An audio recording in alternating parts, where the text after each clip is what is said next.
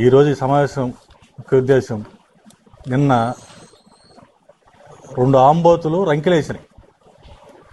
మైకి దొరికింది కదా అన్న ఉద్దేశంతో వాళ్ళు ఇష్టం వచ్చినట్టుగా మాట్లాడాడు.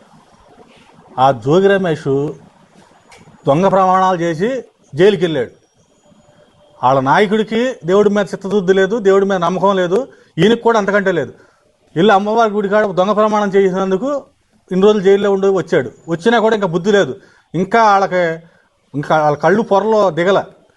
వాళ్ళు సంపాదించిన దోసుకున్నాయి, అక్రమార్జన దోసుకున్నాయి, అన్నీ కూడా ఒకటి బయటికి తీస్తున్నారన్న ఆక్రోశంతో వాళ్ళు చేసిన కల్తీ లిక్కర్ మాఫియా కానీ, వాళ్ళ భూములు ఆక్రమించినవి కానీ అన్నీ ఒకటిగా బయటికి తీస్తుంటే వీళ్ళకి ఆక్రోశం, మన ఆస్తులన్నీ గవర్నమెంట్ లాగేస్తుందని చెప్పి లేనిపోనివన్నీ కూడా నిందలు సృష్టించి ప్రభుత్వం మీద ఎలిగేషన్ చేస్తున్నారు. ఇవన్నీ కూడా తప్పుడు మాటలు, తప్పుడు కథనాలు. ఇవన్నీ కూడా జోగి రమేష్ గారు, మీరు కల్తీ మద్యం చేసింది వాస్తవం కాదా? ఎంత దుర్మార్గం!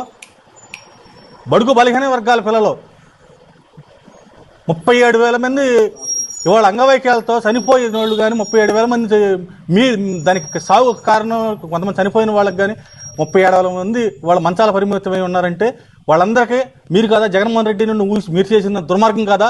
ఆ కల్తీ లిక్కర్ వల్ల కాదా ఎంతోమంది ప్రాణాలు పోయినాయి? బడుగు బలహీన వర్గాలని టార్గెట్ చేసి మీరు చేశారు. ఇవన్నీ కూడా సిట్టు దర్యాప్తుతో బయటకు వచ్చి మీరు లోపల జైలు జీవితం గడిపొచ్చింది. దేనికి గడిపొచ్చారు? మీరు ఉత్తమమైన సేవ చేసి వచ్చారని మీకు ప్రశంసలు ఇచ్చి మిమ్మల్ని జైలు చూపించారా? ఏం మాట్లాడుతున్నావు? నిన్న ఇంకో ఆయన బందర్లో నీకు కూర్చుంటే లేస్తే మనిషి కాదని అంటాడు. ఆయన లేచేది ఉండదు, ఇది ఉండదు. నువ్వు అనగానే సత్యప్రసాద్ గారిని వేరెత్తంత ఇదా? మీకు అర్హత లేదు. మీకు ప్రభుత్వానికి మీరు అంతకుముందు ఎక్స్ ప్రభుత్వంలో చేసిన మీరు మంత్రులకు కానీ మీకు కానీ ఎవరికి అనగానే సత్యప్రసాద్ గారు పేరెత్తే అర్హత లేదు.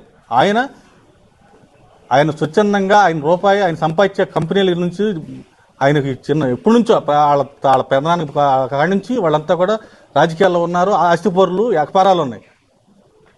ఆయన ఈ రోజు కూడా నియోజకవర్గ ప్రజలందరూ తన సొంత బిడ్డల్లాగా ఆయన పెళ్లి కూడా చేసుకోవాలి. నా నియోజకవర్గ బిడ్డలే నా వారసులు అన్నాడు. అటువంటి దమ్మున్న నాయకుడు ఆయన మీద మీరు ఎలిగేషన్ చేస్తారా? నువ్వు ఎన్ని వేల కోట్ల రూపాయలు దోచుకున్నావు మంత్రిగా ఉన్నప్పుడు, మాజీ మంత్రికి నువ్వు పేరున్నాని నువ్వు మాట్లాడేది అన్నీ బొంకుతున్నావు. ఏంటి నువ్వు చేసింది? రేషన్ బియ్యం దొబ్బు తినాలా? పంది కుక్కలా దొబ్బు తిన్నావు రేషన్ బియ్యం. మరి కేసు నువ్వు ఎందుకు పారిపోయి బెయిల్ తెచ్చుకున్నా? మరి పైన ఎందుకు కట్టా బియ్యం, రేషన్ బియ్యం? అంత పత్తి గొడవ అయితే నువ్వు మీకు వైద్యులు పడుకుంటే మీరు హాస్పిటల్లో మందులు లేవా? ఎప్పుడు పడుకున్నా అయ్యా నువ్వు వెళ్ళి మందులు హాస్పిటల్లో? నీకేం మందులు ఇవ్వలేదు అయ్యా? ఏ హాస్పిటల్లో ఇవ్వలేదు? ఎక్కడ ఏ హాస్పిటల్కి వెళ్ళి పడుకున్నారు మీరు? పలానా హాస్పిటల్లో మందులు లేవని చూపి. మీరు మాట్లాడేటప్పుడు నిరాధారణ ఆరోపణ చేయకూడదు. తప్పుడు మాటలు, తప్పుడు రకాలు. మీరు పోర్టు భూముల్లో ఎన్ని వేల ఎకరాల్లో దోసుకున్నారు? ఎంత భూమాఫియా చేశారు మీరు? చంద్రబాబు గారి పేరు ఎత్తారా? చంద్రబాబు గారు, లోకేష్ గారి పేరు ఎత్తారా మీరు? మీకు అర్హత ఉందా? అసలు మీ నాయకుడికి అర్హత ఉందా? మీరు మీ ప్రభుత్వంలో ఉండగా 2019 నుంచి 24 వరకు ఎన్ని వేల ఉద్యోగాలు తెచ్చారు? మీరు ఎన్ని వేల కంపెనీలు తెచ్చారు? వచ్చిన కంపెనీలన్నీ పారదోలేశారు. దాదాపుకి వెళ్ళి నిరంతరం వాళ్ళు ఏ రకంగా మన రాష్ట్రాన్ని అభివృద్ధి చేయాలి, ఏ రకంగా మన బిడ్డల భవిష్యత్తు బాగు చేయాలి, మన రాష్ట్రానికి కంపెనీలు తీసుకొచ్చి మన రాష్ట్రం అన్ని రాష్ట్రాల కంటే ముందుగా ఉండాలి.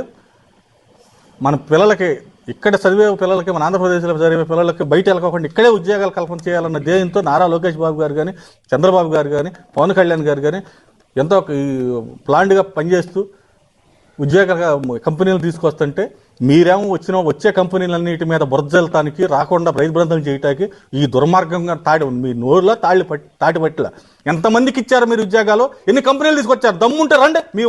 మీరు వైసీపీ నాయకులకు మీ మూతి మీద ఉన్న మేసాలే అయితే రండి. ఎంతమందికి ఉద్యోగాలు ఇచ్చారు మీరు?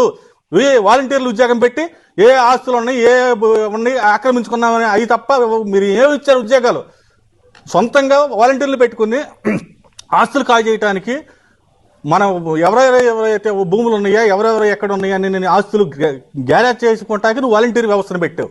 అవి నువ్వు వాలంటీర్లుగా నీ సొంతంగా నీ అనుచరులుగా పెట్టుకుని అవి ఉద్యోగాలు ఇచ్చారంటే అప్పాలు కొట్టుకున్నావు. అవి కాకుండా ఏమైనా ఉద్యోగాలు ఇచ్చావా? నీ కళ్ళు పోనీయా? మొన్నగా టీచర్ పోస్టులు ఇచ్చింది 16,000 చిల్లర పోస్టులు టీటీసీ పోస్టులు ఇచ్చారు డిఎస్సి. మళ్ళీ పోలీసు ఇస్తున్నారు. అవి కాకుండా కొన్ని కంపెనీలు గూగుల్ టెక్ కానీ ప్రపంచ దిగ్గజాలు ఇవాళ మన ఆంధ్రప్రదేశ్కి భారతదేశంలో వచ్చిన సంవత్సరం కాలంలో వచ్చిన ఇన్వెస్ట్మెంట్లు అన్నీ కూడా 25% మన ఆంధ్రప్రదేశ్ వచ్చామంటే ఎంత గర్వకారణం. మీరంతా స్వాగతించాల్సింది పోయి దుర్మార్గంగా మాట్లాడతారా? ఇంకొకటి అంటావు, నువ్వు పాస్బుక్ గురించి చెప్తావు. పాస్బుక్ మీద నా ఆస్తి మా నాన్న మా తాతలు ఇచ్చిన ఆస్తి, దాని మీద నా హక్కు ఉంటుందా? నా ఫోటో మా హక్కు ఉంటుందా? నీ ఫోటో ఏంటయ్యా? జగన్మోహన్ రెడ్డి ఫోటో ఏంటి? మీ బాబు ఏమైనా ఇచ్చాడేంటి మాకేమైనా ఆస్తులు? మా పొలాల మీద మీ సర్వే రాళ్ళు మీ బొమ్మలు ఏమిటి? నువ్వు సర్వే చేసావా? ఏం సర్వే చేసా? ఎక్కడెక్కడ అసైన్డ్ భూములు ఉన్నాయి, ఎక్కడెక్కడ గ్రామ పంటాలు ఉన్నాయి, ఎక్కడెక్కడ ప్రభుత్వ భూములు ఉన్నాయి, అవన్నీ కూడా వెరిఫై చేసి నువ్వు నీ లబ్ధి కోసం సర్వే చేసుకుని మీ నాయకులు అవన్నీ దొబ్బేశారు. అవన్నీ కూడా బయటికి తీస్తున్నారు. ఆ సర్వేలన్నీ కూడా ప్రక్షాళన చేసి మళ్ళీ రీసర్వే చేసి మీరు ఏదైతే చేశారో మీ నాయకులు, వైసీపీ నాయకులు అవన్నీ కక్కిస్తారో అన్నీ కూడా ప్రభుత్వం చేస్తుంది. మీ ఉడత ఊపులకి ఎవరు ఇక్కడ భయపడరు. మీరు ఎంత నోర్చించుకున్నా, ఎంత అరిసినా, ప్రెస్ మీట్ పెట్టినా మీ దొంగ మాటలకి ఎవడు ఇదవరు. ఎవరైనా సరే నోరు అద్దులో పెట్టుకుని మాట్లాడాలి. అంతేగాని మైకులు ఉన్నాయి కదా అని చెప్పి 4 గోడల మీద కూర్చుని అరిస్తే ఎవరు ఇదవరు.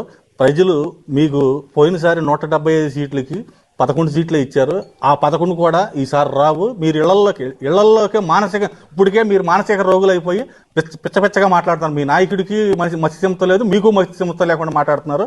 కబడ్దార్, ఇవన్నీ కూడా ఒలి దగ్గర పెట్టుకుని మాట్లాడకపోతే మిమ్మల్ని ప్రజలు రోడ్డు మీదకి వస్తేనే చేదరిచ్చి మిమ్మల్ని రాళ్ళు ఉచ్చుకుని కొడతాయి రోజులు దగ్గర ఉన్నాయి. తెలుసుకుని జాగ్రత్తగా మాట్లాడండి.